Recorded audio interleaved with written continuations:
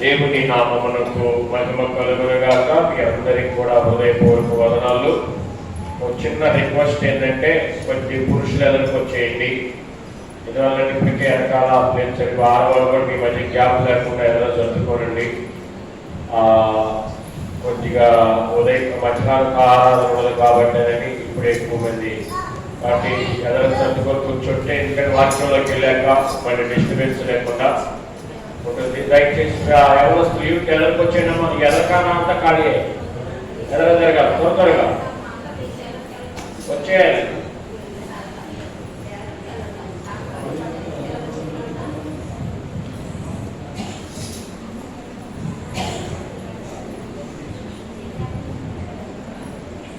Okay, దేవుని నామమునకు మహిమ కలుగునుగాక. మీ అందరికి కూడా హృదయపూర్వక వదనాలు.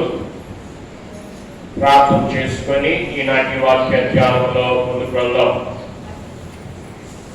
సకల ఆశీర్వాదములకు కారణభూతులైన తండ్రి, మా మంచి బోధకుడు, మా నావికుడు నీవు నాయన. ఈ ఉదయకాలపు వేళ మా అందరితో మాతో మాట్లాడి ఏ హృదయానికి ఏ వాక్యం అవసరమైనదో దానిని తెలుసుకొని నాయన బోధించే మంచి గొప్ప నాయకుడు నాయన. మా బిడ్డలకు మాకు కావలసిన వర్తమానం అందించి మాట్లాడబోతున్న మమ్మల్ని మరుగుపరిచి ఆత్మచేతికి బలపరి నడిపించము చేస్తున్నాం తండ్రి. దేవుని నామమునకు మహిమ కలుగునుగాక. మీ అందరికి కూడా వదనాలు. దేవుని కృపను బట్టి సెప్టెంబర్ మాసంలోకి వచ్చాం.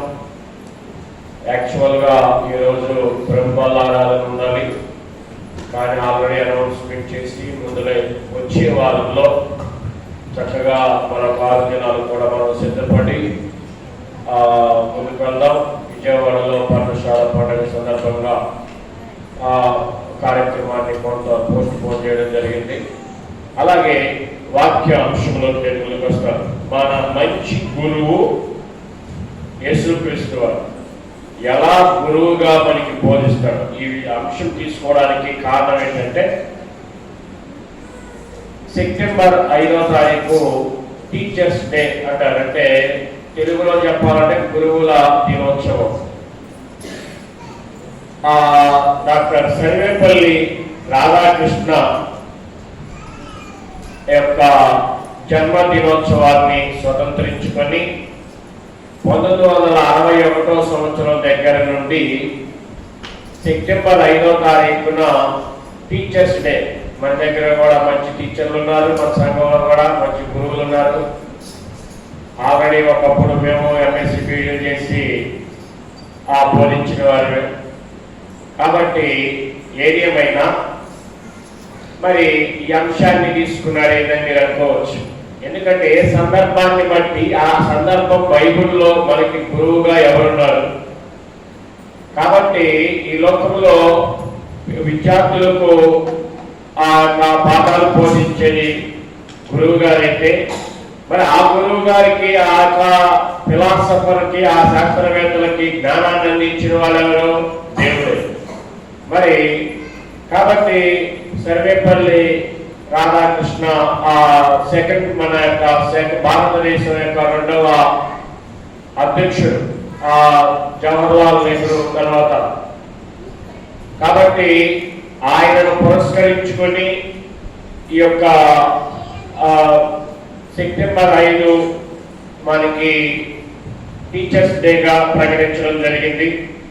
కాబట్టి ఏదేమైనా ఆ అంశాన్ని పురస్కరించుకొని మనము అంతేకాదు ఆయన ఫిలాసఫర్స్ డే అని మహామేధావి కూడా ఆయన అంటారు. ఆయన బెనారస్ యూనివర్సిటీకి వైస్ ఛాన్సలర్ కూడా ఒకటి. భారతదేశంలో పుట్టి బయట యొక్క యూనివర్సిటీకి కూడా వైస్ ఛాన్సలర్ చేసినటువంటి గొప్ప ఫిలాసఫర్ ఆయన. కాబట్టి ఆయన చిరస్మరణీయంగా ఈ యొక్క భారతదేశం గుర్తుంచుకొని ఆయన జన్మదినోత్సవాన్ని అధ్యాపక దినోత్సవంగా ప్రకటించారు. కాబట్టి ఆ రోజు నుండి ఇప్పటి వరకు కూడా స్త్రీల్లో మనం ఒకటంటే ఇజ్రాయెల్ ప్రజలకు కూడా ఎందుకు చెప్పారంటే కొన్ని క్లుప్తో నేను ఇప్పుడు స్కూల్లో సందేశం కాదు, కానీ ఇజ్రాయెల్ ప్రజలతో దేవుడు ఏమంటాడంటే చేశాడంటే మోషేని పిలిపించి నీ దేవుడైన యెహోవా యొక్క కట్టడలను నీ పిల్లలకు నేర్పించమన్నాడు. ఎందుకంటే ఇప్పుడు నేనున్నాను, నా బిడ్డలకు నేను నేర్పించకపోతే వాళ్ళు ఆ తరంలో మర్చిపోతారు వెనక ఏం జరిగినవి, ఏ దేవుడిని ఎలా ఆరాధించేవారు, ఎలా దేవుడిని అత్తుకొని ఉండాలి అని మనం వాళ్ళ పిల్లలకు బోధించకపోతే ఆ తదుపరి తరానికి ఏమైంది, వెనకున్న విషయాలు మరుగుపడిపోతాయి. కాబట్టి అందుకనే మనము తెలుసుకున్న పరిజ్ఞానాన్ని గురువులు వారి యొక్క నిష్ఠతరానికి ఏం చేస్తారు, అందజేస్తారు. కాబట్టి ఓకే, ఇక ఇదంతా ఉపోద్ఘాతం ఇప్పుడు దాకా నేను మీకు తెలియజేసింది. కాబట్టి అందుచేత ఈ యొక్క గుర్తుని తెలుసుకొని మనకి నిజమైన గురువు యేసుక్రీస్తు వారు. హల్లెలూయా. దేవుని పిల్లలకు విశ్వాసులమైన మనం నిజమైన గురువు క్రీస్తే. కాబట్టి ఆయన లాంటి గురువు ఎవరి లోకంలో లేడు. మరి ఆయన ఏ విషయాల్లో గురువుగా మనకు ఉండి బోధించాడో అనేది బైబిల్లో నుండే ఈనాటి అంశంలో కొన్ని విషయాలు మనం ధ్యానం చేసుకుందాం. మత్తయి సువార్త 5వ అధ్యాయం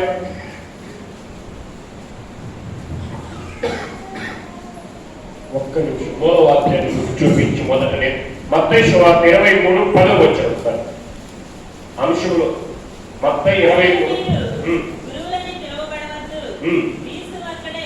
క్రీస్తు ఒక్కడే.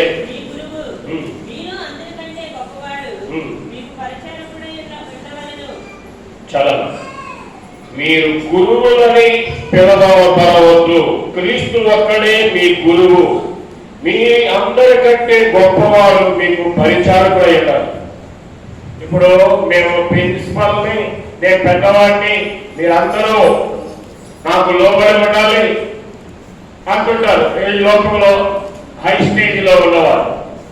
కానీ బైబిల్ గ్రంథం ఏమంటుంది, మీరు గురువులని పిలవబడవద్దు, గురువు ఒక్కడే. మన గురువు ఎవరు? ఆ క్రీస్తు, ఆయనే.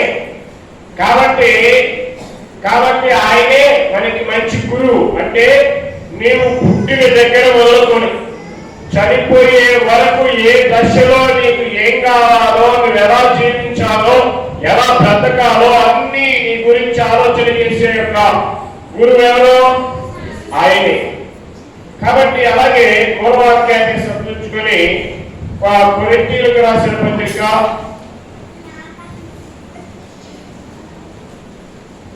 1 కొరింథీ 8వ అధ్యాయం 6వ వచనం.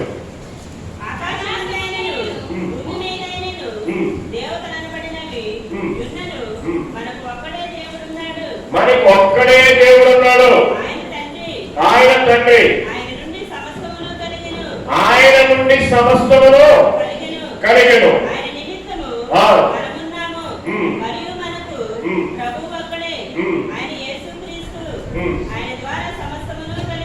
చలండి, మనకు ఒక్కడే. ఆయన ద్వారా ఆకాశం ఉందే కానీ భూమి మీదే కానీ దేవతలను మనకు ఒక్కడే దేవుడై ఉన్నాడు. కాబట్టి ఆయనే తండ్రి, ఆయన నుండి సమస్తమును కలిగాయి. ఎవరి దగ్గర నుండి కలిగాయి? ఎన్ని బోధ ఆదాము అవ్వను సృష్టించాడు బైబిల్లో మొట్టమొదట. వాళ్ళకి మొట్టమొదట సృష్టించింది ఎవరు? దేవుడు.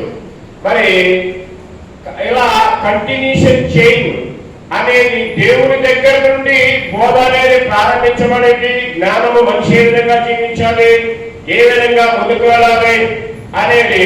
కాబట్టి మనకి ఆయన ఒక్కడే గురువు, ఆయన ఒక్కడే దేవుడు. ఆకాశం మధ్య కానీ భూమి మీద కానీ ఈ లోకంలో దేవతలు అనబడే వారెవరు ఎవరైనా కానీ అందరికీ ఆయన ఒక్కడే దేవుడు. ఆయన ద్వారానే మనకు సమస్తములు కలిగినవి. దాని అర్థమైన వాళ్ళు హల్లెలూయా. కాబట్టి ఈనాడు కొంతమంది మనుషులు మేమే గురువులు, మాకు పూజలు చేయండి, మనుషులకు పూజలు చేసేవాళ్ళు ఉన్నారండి. మరి మనుషులు అసలు మనుషులని సమస్త సృష్టిని సృష్టించినవారు దేవుడే, ఆయనే దేవుడు. కాబట్టి ప్రియమైన దేవుడు బిడ్డలారా, అది మన జ్ఞానం అర్థం చేసుకొని మన గురువు ఎవరు, మనం ఎవరిని ఆరాధించాలి, ముందుకు నడవాలి అనేది మన పరిజ్ఞానాన్ని తెలుసుకున్న బద్దులమై ఉన్నాం. హల్లెలూయా. కాబట్టి బోధించే గురువు ఎవరో? యేసుక్రీస్తు. మత్తయి సువార్త 5వ అధ్యాయం 2వ వచనం చూడండి.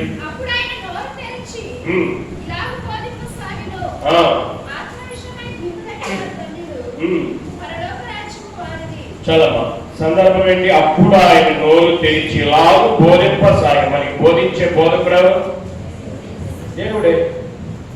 కాబట్టి ఈ లోకంలో మనకి బోధించేదెవరు? దేవుడే. కాబట్టి మన మంచి బోధకుడు ఎవరు? ఓకే, ఈ లోకంలో టీచర్లు మీకు జ్ఞానాన్ని ఇవ్వచ్చు, నేను వాటిని తప్పుగా అంటలేదు. కానీ అసలు వాళ్ళకు కూడా జ్ఞానాన్ని ఇచ్చి అందరికీ బోధించే బోధకుడు ఎవరు? దేవుడే. హల్లెలూయా.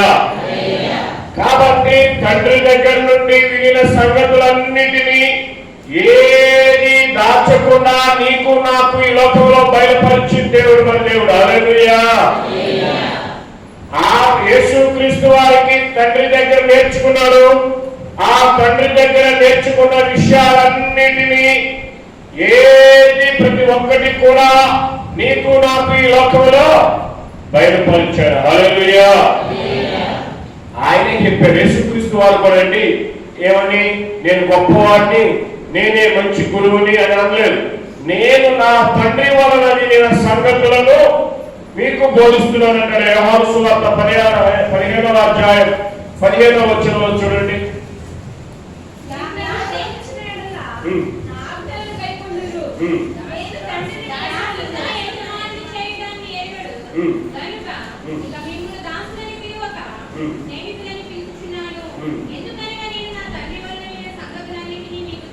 అండర్లైన్ చేసుకోండి. నేను నా తండ్రి వలన వినిన సంగతులన్నిటినీ.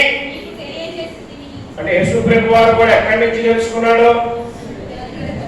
మరి యేసు ప్రభు వారి గురుగారు ఆయన తండ్రి దగ్గర నేర్చుకున్న విషయాలన్నిటినీ నేను మీకు బోధించు సాగుతున్నాను. కాబట్టి ప్రియమైన దేవుని బిడ్డలారా, ఈ యొక్క ఉదయకాల మొట్టమొదటి మాదిరిగా మన జీవిత యాత్రలో, ఆధ్యాత్మిక జీవితంలో ఆధ్యాత్మిక పరిపక్వత రావడానికి ఒకే సేవకులుగానే ఉన్నామంటే మేము నిలబడటోరికే. మనందరం నేర్చుకునేది ఎవరి దగ్గర నుండి? తండ్రి అయిన దేవుని దగ్గర నుండి. యేసుక్రీస్తు వారు నేర్పించిన యొక్క సంగతులన్నీ మనం నేర్చుకుని ఆయన దగ్గర, దేవుని దగ్గర మేము నేర్చుకున్నవన్నిటినీ తీసుకొచ్చి మీకు బయలుపరుస్తున్నాం. కాబట్టి ఈ బయలుపరచబడిన వాక్యాన్ని మనం అంగీకరించి బలంగా ముందుకు నడవలసిన వారముగా ఉన్నాం. హల్లెలూయా. కాబట్టి ప్రియమైన దేవుని బిడ్డలారా, కాబట్టి మనకి బోధించే గురువు యేసుక్రీస్తు వారు. హల్లెలూయా. కాబట్టి మొదటి మాట అర్థమైంది అనుకుంటున్నాను. కాబట్టి మనందరికీ గురువు ఎవరు? ఎవరన్నా మీ గురువు ఎవరు అడిగారనుకో, మీ స్కూల్లో టీచర్ పేరు చెప్తారు సాధారణ. ఓకే, చెప్పడం తప్పట్లేదు. అంటే మేము పాఠాలు అభ్యాసం చేసింది మాకు చదువుకున్న రోజుల్లో గురువులు. కానీ అసలు మనక ఆధ్యాత్మిక నీ జీవితాన్ని సృష్టించి నిన్ను ఈ లోకంలో నువ్వేం చదవాలో, ఎలా అభివృద్ధి పొందాలో, ఏ జాబులు చేయాలో, నీ జీవితం ముగింపు ఎలా ఉండాలో అన్ని సెట్ చేసిన మంచి గురువు ఎవరో?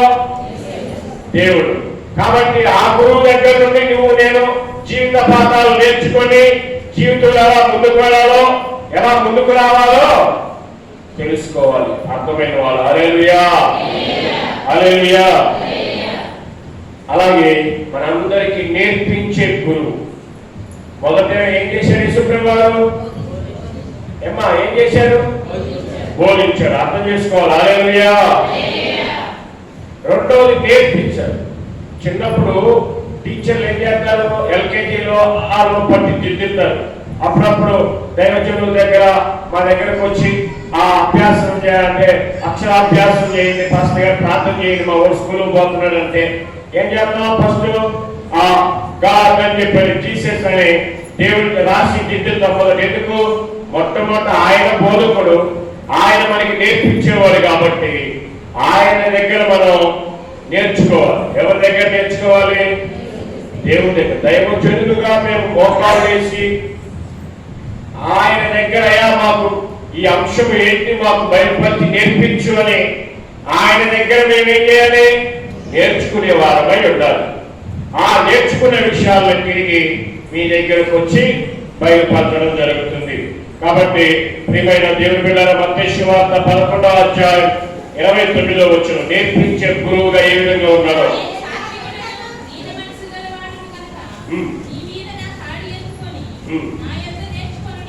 నా యొద్ద. మరి కొంతమంది ఉంటారండి, వారి తెలిసిన జ్ఞానాన్ని నాకు తప్ప నా అంతటోడు తప్ప ఎవడి లోకంలో లేడు అంటారా లేదా? ఉన్నారా లేదా లోకంలో? ఏమన్నా ఉన్నారా లేదా? ఇప్పుడు ఒక మినిస్టర్ అయ్యాడు, ఈ జిల్లా మొత్తానికి నేను ఇన్ఛార్జిని, ఇక నాకు మించిన వారి జిల్లా అంతా ఆధీనంలో ఉంది అనుకుంటారు. కానీ ఆయన ఏమంటున్నాడు? నేను నేర్పించే విషయాలు మీరు నేర్చుకోండి. ఎవరి దగ్గర నేర్చుకోవాలి? నువ్వు నేను దేవుని దగ్గర. కాబట్టి ఈ లోకంలో మనుషులు కొన్ని మోసం చేసి మోసపు మాటలతో ఆకర్షించవచ్చు, లేదా ఉపాధ్యాయులు తెలిసి తెలియని జ్ఞానంతో కొంత ఈనాడు కొంత పక్కదోవ పట్టించవచ్చు. అలాగే ఈనాడు కాబట్టి అసలైన నేర్పించే గురువులు దేవుడే. మనందరం ఎవరి దగ్గర నేర్చుకోవాలి? దైవజనుడైన నేనైనా ఇది చెప్పాను, ఇది బైబిల్లో ఉందా లేదా అని మీరు బైబిల్ చదువుకొని ఎవరి దగ్గర నేర్చుకోవాలి? ఏమా కరుణాకర్ పాస్టర్ గారు ఆయన నేను చెప్పింది మీరు వేదలేక మీరు చేయడానికి ఏం లేదని నేను అంటలేదు. నేను చెప్పింది బైబిల్లో ఉందో లేదో చూసి అది దేవుడు చెప్పారో లేదో అని ఎవరి దగ్గర నేర్చుకోవాలి? ఆ బోధంతమనో దేవుని దగ్గర నేర్చుకోవాలి. అర్థమైన వాళ్ళు హల్లెలూయా, హల్లెలూయా. కాబట్టి యోహాను సువార్త 13వ అధ్యాయం 14వ వచనంలో కూడా చూడండి.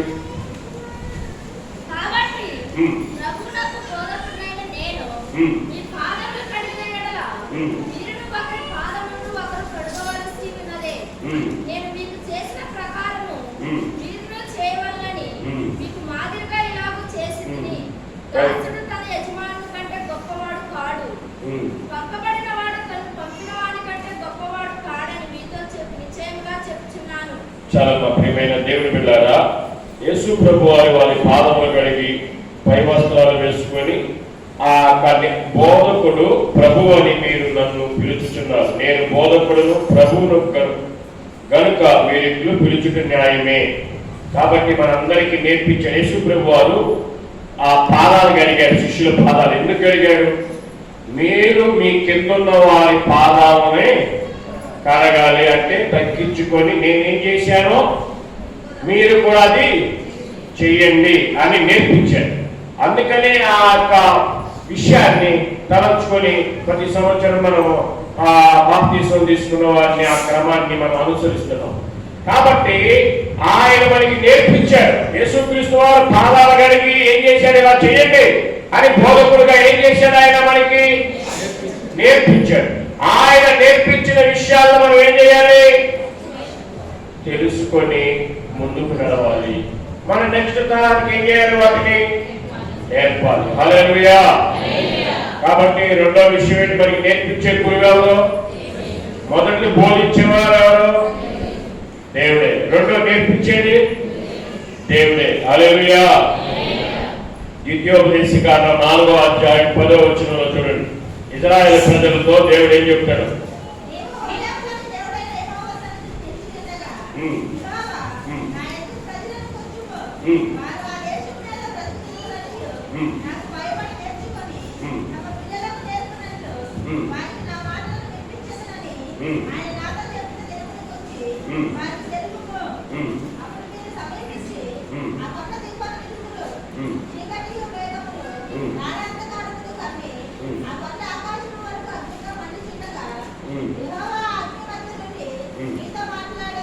చాలా ఇశ్రాయేలు ప్రజలతో దేవుడు ఏమంటాడంటే, ప్రియమైన దేవుని దేవుడు యెహోవా నిలిచి ఉండగా యెహోవా నా ఎదురు ప్రజలను కూర్చు, వారు ఆ దేశం మీద ప్రభు దినములు నీవు నాకు భయపడ నేర్చుకొని తమ పిల్లలకు నేర్పునట్లు వారికి నా మాటలు వినిపించదనని నేను ఆయన నాతో చెప్పిన దినము. అంటే దేవుడు ఏమంటున్నాడు? ఇజ్రాయేల్ ప్రజలందరినీ తీసుకురాయి ఆ కొండ దగ్గరికి.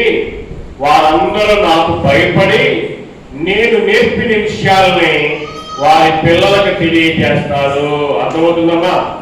మనమందరము మన తరంలో రాత్రికాలం చెప్పిన ఆధ్యాత్మిక పరిపక్వత అంటే దేవునిలోకి పరిపూర్ణతలోకి మనం రావాలి.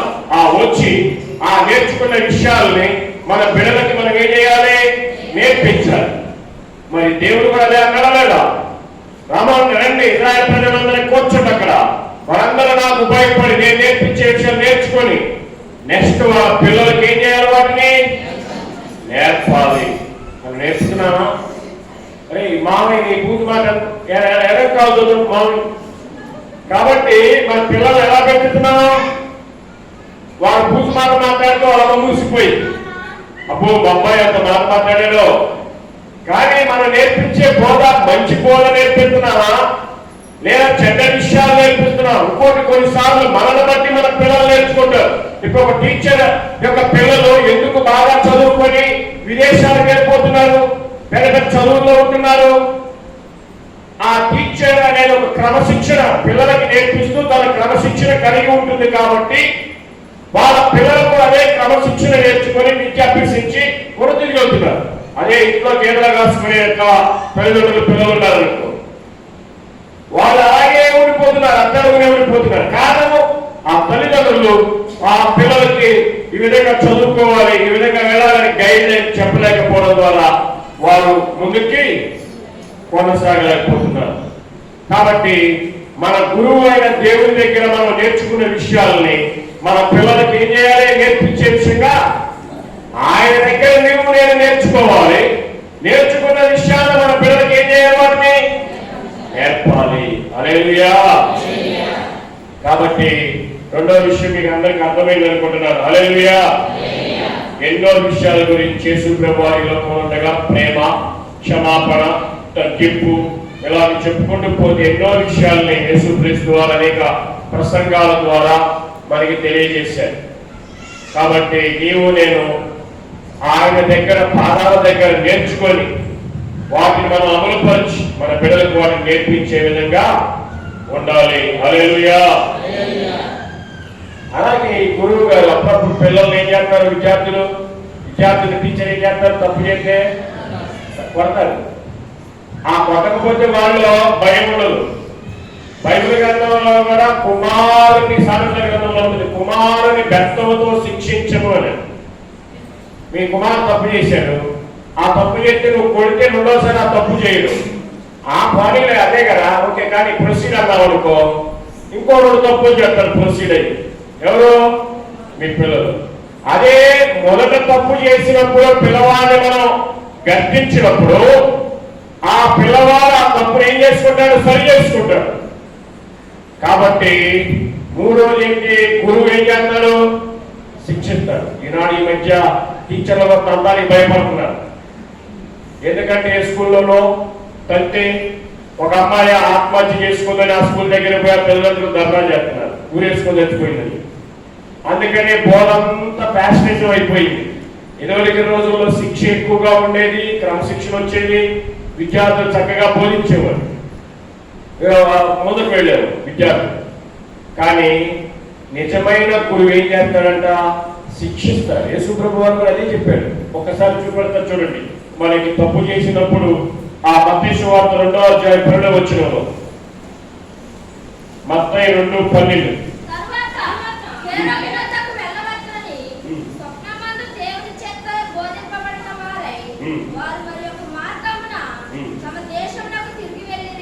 చాలు.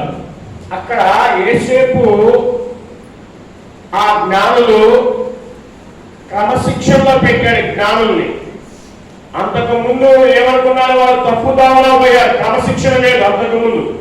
మనందరినీ క్రమశిక్షణలో పెట్టే గురువు ఎవరు? దేవుడు.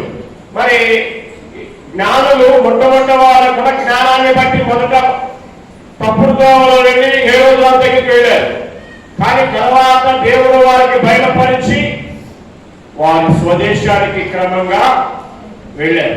కాబట్టి వారికి జ్ఞానాన్ని అనుగ్రహించి క్రమశిక్షణలో సరి అయిన దారిలో ముందుకు నడిపించినారు దేవుడే. అందుకే యోహాను సువార్త 2వ అధ్యాయం 17వ వచనంలో చూడండి, మన పాప జీవితంలో జీవిస్తూ ఉంటే మన దారిలో పెట్టేది దేవుడే.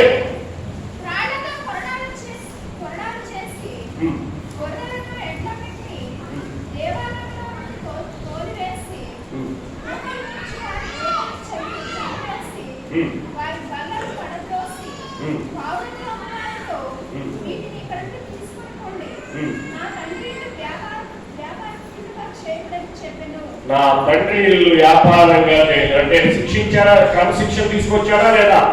దేవాలయం ఏం చేస్తున్నారంట? వ్యాపారాలు చేస్తున్నారు, పేకాట్లు ఆడుతున్నారు, అన్ని చేస్తున్నారు. ఈనాడు కూడా దేవుని యొక్క గృహాలని దొంగల గృహగా చేస్తున్నారు. దేవుడు మన గురువు క్రమశిక్షణలో పెట్టేవాడు. ప్రియమైన దేవుని బిడ్డలారా, ఆనాడు యేసుక్రీస్తు వారి లోకంలో ఉండగా దేవుని మందిరాన్ని పాడు చేస్తున్నప్పుడు వెళ్ళి వారందరూ సరి చేసి ప్రారంభంలో క్రమశిక్షణలో పెట్టారా లేదా? కొన్ని సందర్భాల్లో నీవు నేను మార్గాలు తొలగినప్పుడు శ్రమలు వస్తాయి, శోధనలు వస్తాయి. ఎందుకు వస్తున్నాయి? నీవు నేను క్రమశిక్షణలో ముందుకు రావాలని మనం తెలుసుకోము. ఈ శిక్ష నాకు ఎందుకు వచ్చింది, ఈ శ్రమ నాకు ఎందుకు వచ్చింది, నేను దేవుడి మందిరానికే మానేస్తాను అనుకుంటాం. మనము మార్గాలు తొలగినప్పుడు శిక్షించి క్రమశిక్షణలోకి తీసుకొచ్చే మన మంచి గురువు యేసుక్రీస్తు వారు. హల్లెలూయా, హల్లెలూయా. నువ్వు మార్గం తప్పిపోయావా? దేవుడు నిన్ను బుద్ధి చెప్పి హెచ్చరించి తిరిగి ఎక్కడ తీసుకొస్తాడు? దేవుని దగ్గర తీసుకొస్తాడు. కాబట్టి మన గురువు మంచి క్రమశిక్షణ ఇచ్చే గురువు ఎవరు? దేవుడే. కాబట్టి ఈ లోకంలో ఉండగా కూడా ఆయన ఏం నేర్పాడు? క్రమశిక్షణ నేర్పాడు. హల్లెలూయా. మనం పాపంలో ఉంటే, జీవిస్తూ ఉంటే మనల్ని ఆ యొక్క దారిలో పెట్టే మంచి గురువు, క్రమశిక్షణ ఇచ్చేది దేవుడే మనకి. హల్లెలూయా. అలాగే మనల్ని గుర్తుంచుకునే గురువు. చాలా మంది నాడు టీచర్ వృత్తిలో ఉన్న వాళ్ళు 55, 65 సంవత్సరాలు వచ్చాక కూడా ఆ రోజుల్లో వాళ్ళ పిల్లలకి బోధించినప్పుడు వాళ్ళ పేర్లు అవన్నీ గుర్తుపెట్టుకొని అడుగుతారు. ఎందుకు? వారి దగ్గర అనేక సంవత్సరాలు ఉండి బోధ నేర్చుకున్నారు కాబట్టి వారికి గుర్తుండిపోతారు. అలాగే మనలో కూడా గుర్తుంచుకుంటాడు. చాలా మంది అంటారు, అయ్యో దేవుడు మమ్మల్ని గుర్తుంచుకోలేదు అయ్యారు, మాకు ఈ సంవత్సరం కాలం కలిసి రావట్లేదు. ఎవరు గుర్తుంచుకోవట్లేదంట? దేవుడు గుర్తుంచుకోవట్లేదు, తర్వాత పాస్టర్ గారు కూడా గుర్తుంచుకోవట్లేదు అంటున్నారు. కాబట్టి ప్రియమైన దేవుని బిడ్డలారా, కాబట్టి మనల్ని గుర్తుంచుకునే గురువు ఎవరు? చూపెట్టారు చూడండి, యెషయా గ్రంథం 63వ అధ్యాయం 16వ వచనంలో,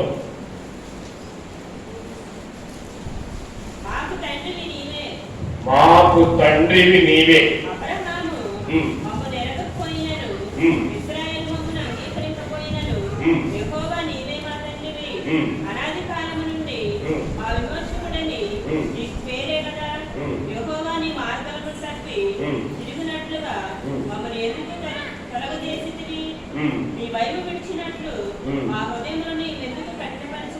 చదవ అనా నీవే మా తండ్రివి. ఉందా లేదా? తండ్రి అంటే గురువు అని అర్థం కదా. కాబట్టి మాకు తండ్రివి నీవే, అబ్రహామును ఎరగకపోయినాడు. అంటే యెషయా కాలం నాటి కొన్ని వందల సంవత్సరాలు దాటిందండి. మరణం అర్థం చేసుకున్నాక ప్రారంభ దినాల్లో ఎవరున్నారు? అబ్రహాము ఉన్నాడు. మరి యెషయా కాలంలోకి వచ్చినప్పటికీ దాదాపు 700-800 సంవత్సరాలు గడిచింది. అందుకని ఆ మానవాడు అబ్రహాము మాకు తెలియకపోయినప్పటికీ అన్నాడా లేదా? మమ్మల్ని ఎరగకపోయినప్పటికీ ఇశ్రాయేలు మమ్మల్ని అంగీకరించకపోయినను యెహోవా నీవే మా తండ్రివి, అనాది కాలము నుండి మా విమోచకుడు నీవే. అవును, హల్లెలూయా. కాబట్టి నిన్ను నన్ను నడిపించి మనల్ని గుర్తుంచుకునేది ఎవరో? ఈ లోకంలో కొంతమంది గురువులు వెంటనే మర్చిపోతాం. అవునా కదా? దాదాపు మనం 2వ తరగతి చదివిన టీచర్ గారు ఇప్పటికి గుర్తుండొచ్చు, ఉండకపోవచ్చు. వాళ్ళు ఉండొచ్చు, ఉండలేకపోవచ్చు. కానీ మన తండ్రి ఆ మెన్షన్ యేసు జీసస్ గుర్తారా లేదా? అవునా కదా? తత్వం అర్థమవుతుందా? అంటే మనకి బోధించిన గురువులు ఉండకపోవచ్చు, కానీ మన గురువు అయిన యేసుక్రీస్తు వారు మాత్రం ఎల్లప్పుడూ మనకి ఉండే వ్యక్తి, అర్థమైన వాళ్ళు. హల్లెలూయా, హల్లెలూయా. కాబట్టి అలాగే 1 కొరింథీ 8వ అధ్యాయం 3వ వచనంలో చూడండి, మనం గుర్తు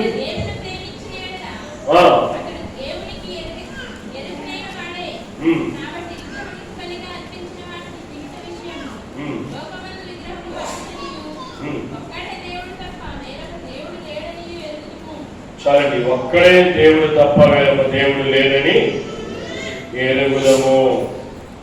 ఒకడు దేవుడిని ప్రేమించినలా అతడు దేవుని ఎరుకైన వాడు, అంటే ఎరుకైన వాడని తెలిసిన వాడని అర్థం అక్కడ. కాబట్టి విగ్రహము బలి అర్పించిన వాటిని తినుట విషయము లోకమందు విగ్రహము ఒట్టిదనియు ఒక్కడే దేవుడు తప్ప వేరొక దేవుడు లేడని ఎరుగుదము. అండర్లైన్ చేసుకొని చక్కగా దేవతల వలన అనబడిన వారు, ప్రభు అనబడిన వారు అనేకులు ఉన్నారు. ఆకాశమందైనను భూమి అందైన దేవతలైనను మనకు ఒక్కడే దేవుడు ఉన్నాడు, ఆయనే తండ్రి. ఆయన నుండి మనం కలిగను, ఆయన నిమిత్తము మనం ఉన్నాము, మనము ప్రభు ఒక్కడే. హల్లెలూయా. ఈ మాటలు మనము అర్థమైందా?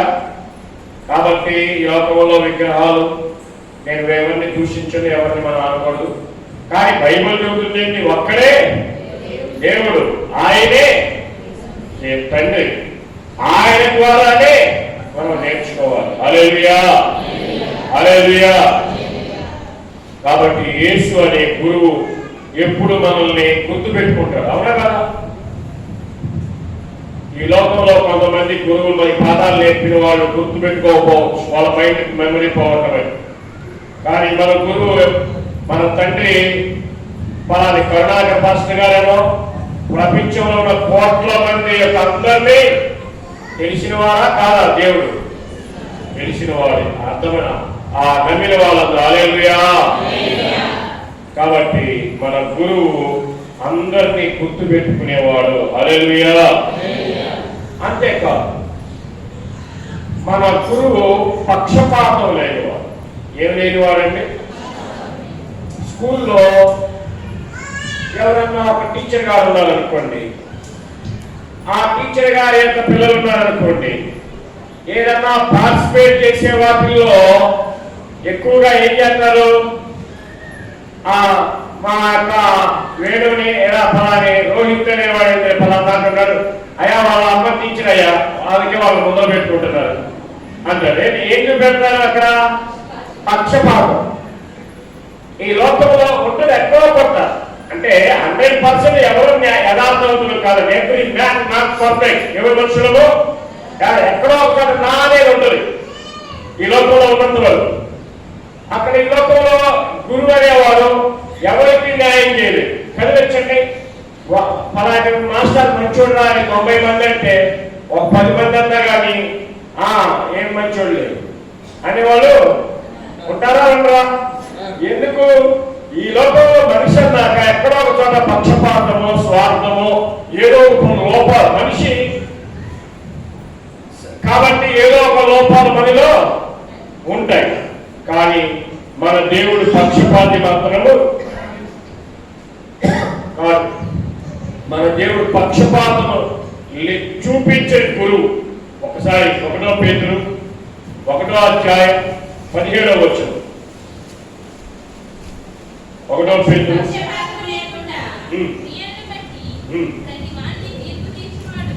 పక్షపాతము లేకుండా క్రియలను బట్టి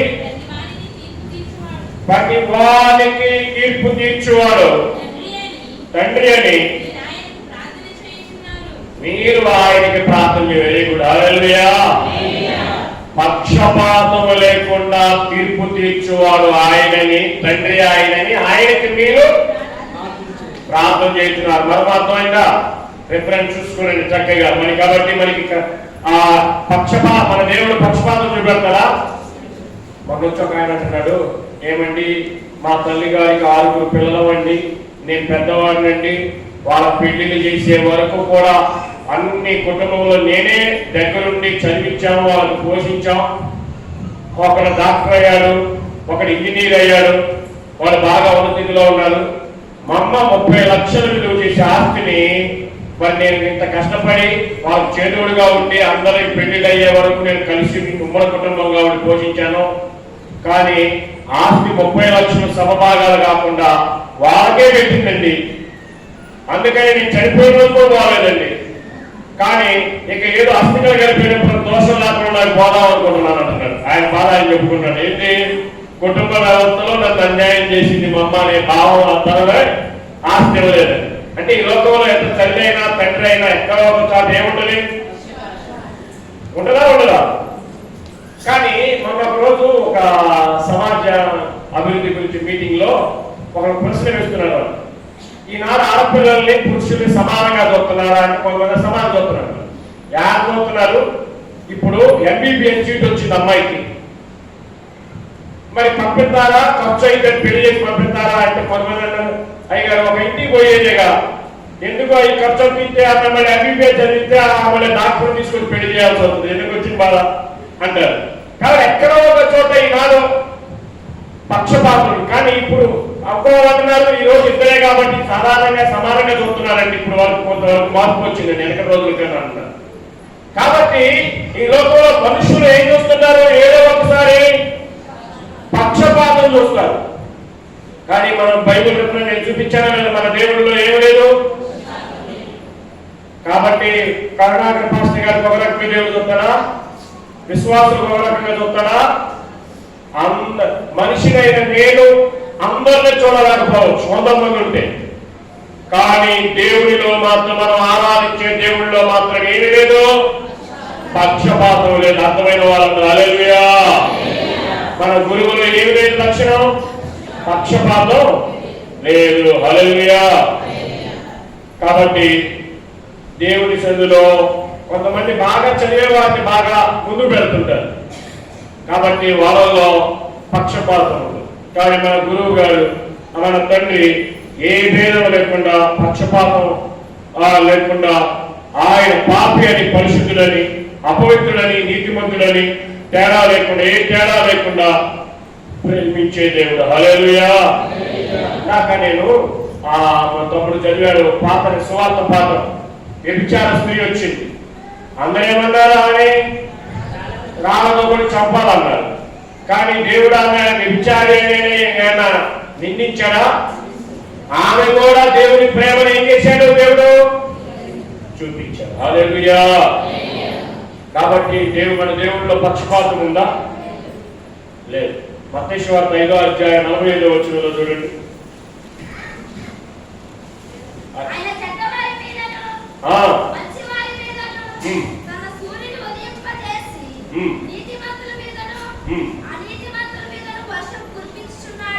చాలమ్మా, ఆయన చెడ్డవారి మీదను మంచివారి మీదను ఆయన నీతి వర్షాన్ని కురిపిస్తున్నాడు. హల్లెలూయా.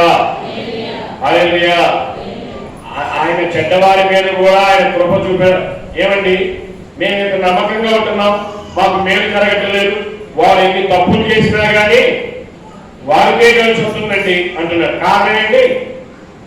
దేవుడు చెడ్డవారి మీద కూడా తన ప్రేమని చూపిస్తున్నాడు. నీతిమంతుల మీదను అనీతిమంతుల మీద కూడా వర్షాన్ని దేవుడు ఏం చేస్తున్నాడు, కురిపిస్తున్నాడు. హల్లెలూయా. దీన్ని బట్టి దేవుడు మంచివారి గౌరవంగా, మీరు చెడ్డవారు మీరు పక్కన ఉండండి, నేను మిమ్మల్ని మీ ఎక్కడ రానంటున్నారు దేవుడు అంటలేదు. మంచివారి మీద ఒక చెడ్డవారి అందరి మీద దేవుడి ప్రేమ ఒక రకంగానే ఉంది. అర్థం చేసుకున్న వాళ్ళు. హల్లెలూయా. హల్లెలూయా. అలాగే ఈ లోకంలో మన గురువులు ప్రాణం పెడతారా? ఏమ్మా, మంచి ప్రిన్సిపల్ గారు అనుకో, పిల్లల కొరకు చనిపోతాడని ప్రాణం పెడతారా? ఎక్కడో మన కరోనా వచ్చింది, ఒక సొంత ఇంట్లోనే నా ప్రాణం లేకపోయిందని వాళ్ళ దూరం ఉన్నోళ్ళు లేకపోలేదు ఒకరికొకరు. అవునా కాదు?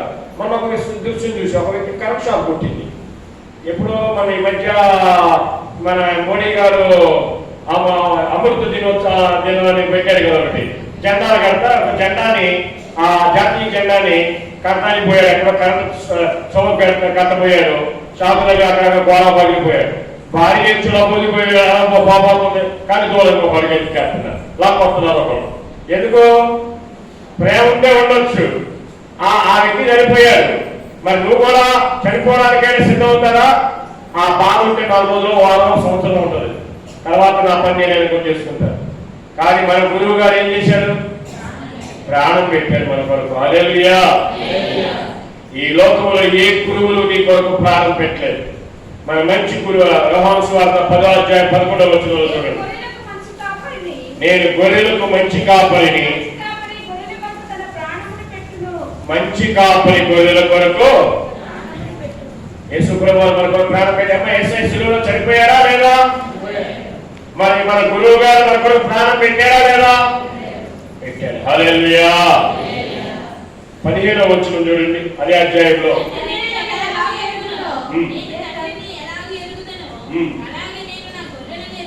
నేను నా గొర్రెలు ఎరుగుదను, నా గొర్రెలు నన్ను ఎరుగును,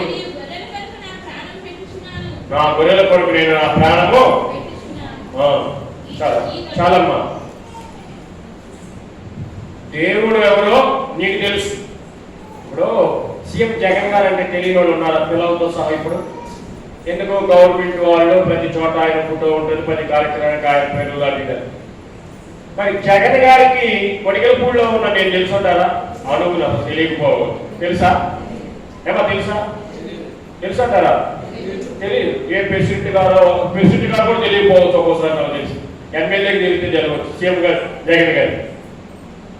మరి మన గురువు గారికి అంతా అందరూ తెలుసు. ఎవరో మాస్టర్ గారు, ఆయన గురువు గారు నేను ఒక్కటే తెలియదు, అందరూ గుర్తు తెలుపుతున్నారు. ఆయన అందరి పేర్లు ఆయన తెలుసు, అందరి కొరకు ఏం చేశారు? ఆయన ప్రాణం పెట్టాడు. అర్థమైన వాళ్ళందరూ హల్లెలూయా. నా పక్కింటి వాళ్ళు చిన్న చూపు చూస్తున్నారండి, వాళ్ళు చూడవచ్చు. అసలు నిన్ను చూసి ఆయన ఉన్నాడు. ఎవరున్నాడు? దేవుడు ఉన్నాడు. ఈ లోకంలో మనల్ని సొంత బంధువులే తక్కువగా చూస్తుండొచ్చు, నీకు రక్తం సంబంధికులే నీకు దూరంగా ఉండొచ్చు, కానీ ఆయన నిన్ను గుర్తిస్తున్నాడు. ఆయన నీ కొరకు ప్రాణం పెట్టాడు. నీవెవరో నా గొర్రెలు నా స్వరాలు వింటాయి, నేను వారి కొరకు ప్రాణం పెట్టాను. హల్లెలూయా. హల్లెలూయా. కాబట్టి మన గురువు గారు మన ప్రాణం పెట్టాడా పెట్టలేదా? పెట్టాడా అంటారు అంతే. ఇలా అయ్యారు చెప్పారో చూస్తున్నారా? మీరు నిజంగా పెట్టాడా? పెట్టాడా? హల్లెలూయా. అలాగే చివరిది చెప్పి నేను ముగించేస్తాను. మనల్ని నరకము నుండి తప్పించి పరలోక రాజ్యానికి చేర్చాడు. హల్లెలూయా. ఈ లోకంలో నేను బోధించే గురువు గారు ఆయన విద్య 100 మందికి చెబితే ప్రయోజకులు అయ్యేది ఎంతమంది అండి? ఒక 60%, 70%, 30% జేబులు కట్ చదివినోడు, జేబులు కట్ చేసేవాడు చదువు చదవనోడా? చదివినోడే. మరి మద్దతు చేసేవాడు చదువు చదివినోడు కదా. మళ్ళీ ఇప్పుడు మళ్ళీ మన అన్నలు అంటారు చూసారా, మంచి మంచి ఎడ్యుకేషన్ ఉన్నాడు, వాళ్ళు వెళ్ళినాడు. వేరే అడవుల్లోకి వెళ్ళిపోయి బాంబులు పాత్రలో పెట్టి మేము పోరాడుతున్నాం అనే అన్నం ఉన్నారు, వాళ్ళు కూడా మంచి మంచి ఎడ్యుకేషన్ ఫిలాసఫర్లు. కాబట్టి మన యొక్క దేవుడు మన కొరకు పరలోక రాజ్యానికి ఇచ్చాడు. కానీ గురువు గారి లోకంలో మీకు బోధించిన అందరినీ మంచిగా తీర్చిద్దారని నమ్మకం లేదు. కానీ యేసయ్య మన అందరి కొరకు ఏం ఇచ్చాడు? పరలోక రాజ్యం ఇచ్చాడు. హల్లెలూయా. యోహాను సువార్త 10వ అధ్యాయం 27-28 వచనాలు.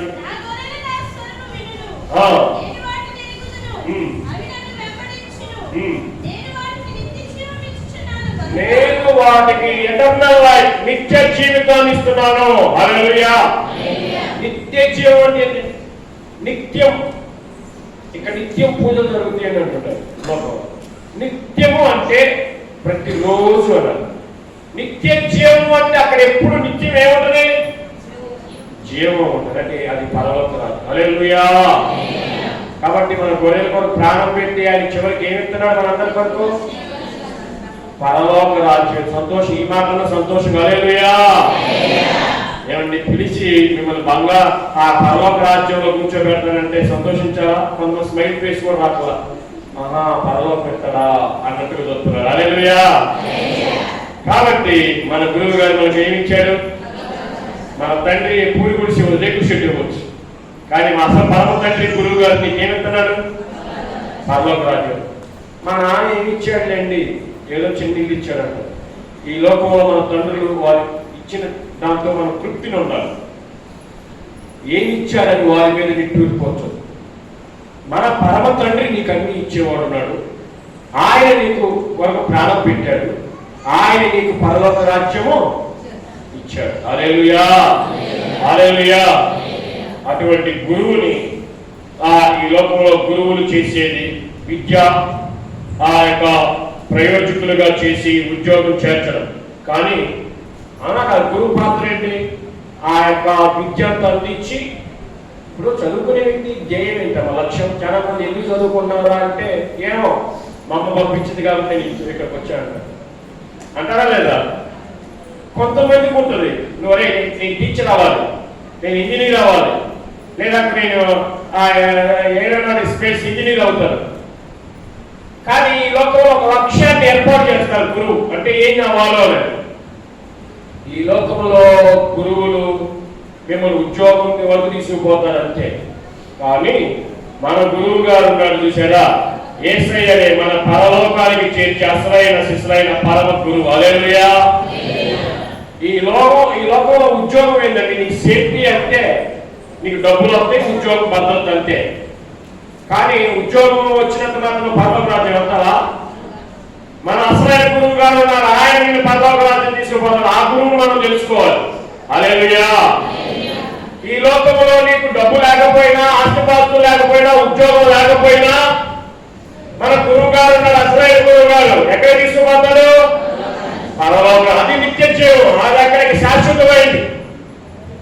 కాబట్టి ఆ గురువును మనం తెలుసుకొని ఆయన ఇచ్చే నిత్యత్వాన్ని పొందుకొని దేవుడికి నమ్మకంగా ముందుకు వెళ్తాం. హల్లెలూయా.